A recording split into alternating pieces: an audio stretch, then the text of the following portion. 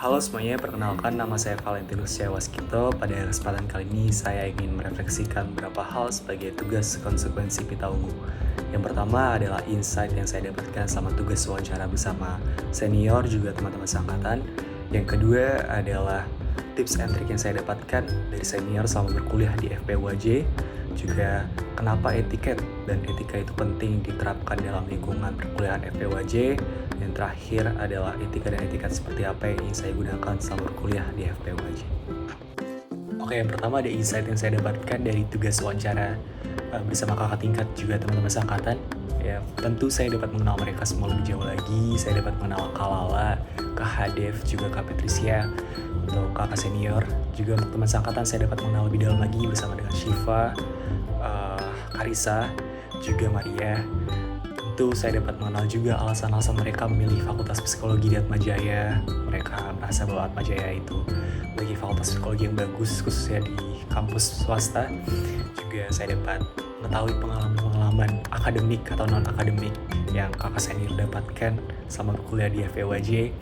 Juga kendala, harapan-harapan juga cita-cita yang mereka inginkan selama berkuliah di FPUAJ dan kelak setelah lulus di FPUAJ. Yang kedua ada tips and trick yang saya dapatkan dari tugas wawancara bersama kakak-kakak senior. Ada 3.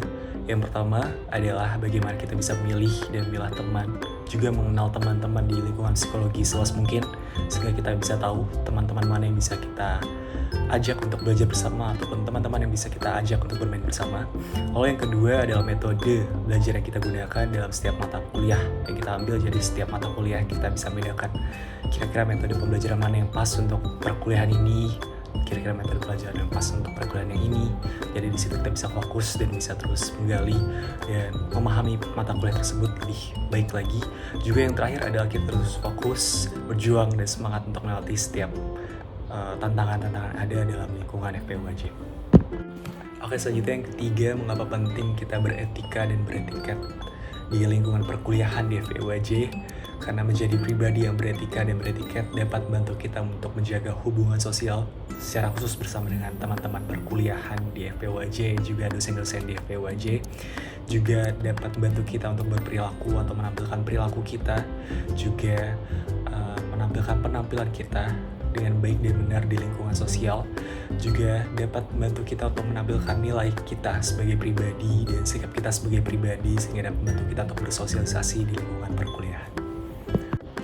Oke, untuk yang keempat dan yang terakhir adalah etika dan etiket apa saja yang ingin saya terapkan dalam lingkungan FPUAJ. Ada 5. Yang pertama adalah berpakaian, bagaimana saya dapat berpakaian dengan baik, benar, dan sopan dalam lingkungan perkuliahan.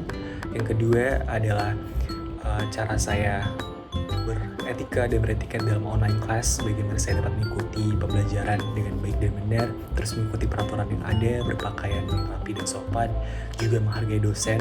Lalu yang ketiga adalah etika chat, bagaimana saya dapat menggunakan bahasa yang baik dan benar dan sopan dalam proses chat dilakukan dalam lingkungan perkuliahan.